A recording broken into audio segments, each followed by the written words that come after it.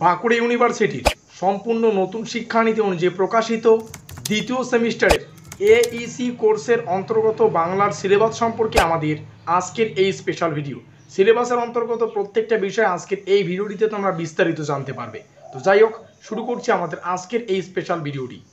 দ্বিতীয় সেমিস্টারের এইসি কোর্সের যে বাংলা সিলেবাস, তার টাইটেল হচ্ছে আবশ্যিক বাংলা, এবং এই এইসি কোর্সের আরেকটা নাম হচ্ছে MIL।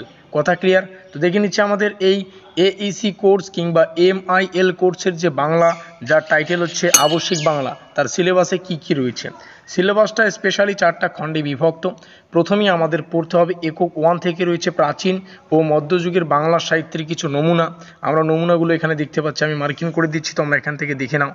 পরবর্তীতে আমরা যদি একক 2তে আসি, এখানে আমাদের পড়তে হবে 19 শতকের কাব্য কবিতার কিছু নমুনা। যদি আমরা মধুসূদন দত্ত দেখি, তো তার লেখা আত্মবিলাপ রয়েছে, ঠিক আছে। তারপর হেমচন্দ্র বন্দ্যোপাধ্যায় রয়েছে বিধবা কামিনী।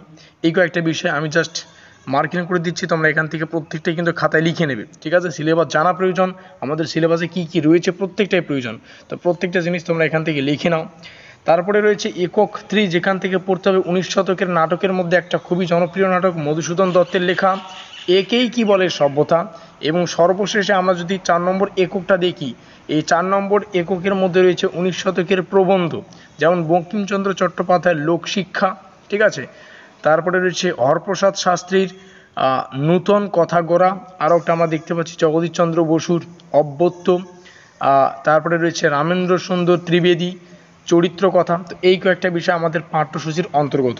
এবার যে বিষয়টা ভালো করে বুঝতে হবে, দেখো এই যে আমাদের এই সিলেবাসের অন্তর্গত প্রত্যেকটা বিষয় সম্পর্কে আমরা তো সাজেশনমূলক ক্লাসগুলি আলোচনা করবই, তবে একটা কথা এখান থেকে মাথায় রাখবে, এই সিলেবাস থেকে কিন্তু বিভিন্ন কনসেপচুয়াল প্রশ্ন আসে, সুতরাং কনসেপ্ট জানাটা খুবই প্রয়োজন। আমরা যদি মধ্যা বিষয়টাই না জানি, সেক্ষেত্রে যে কোনো প্রশ্ন যদি আসে তাহলে কিন্তু হুট করে বোঝা যাবে না। সেই ক্ষেত্রে আমরা কিন্তু কনসেপচুয়াল একদম আলোচনা করব, কোন কোন বিষয় কীভাবে আসবে, সেই রকমভাবেই কিন্তু আমাদের সাজেশনমূলক ক্লাসগুলো আমরা কন্টিনিউ করব। আজকে জাস্ট সিলেবাস সম্পর্কে আলোচনা করলাম।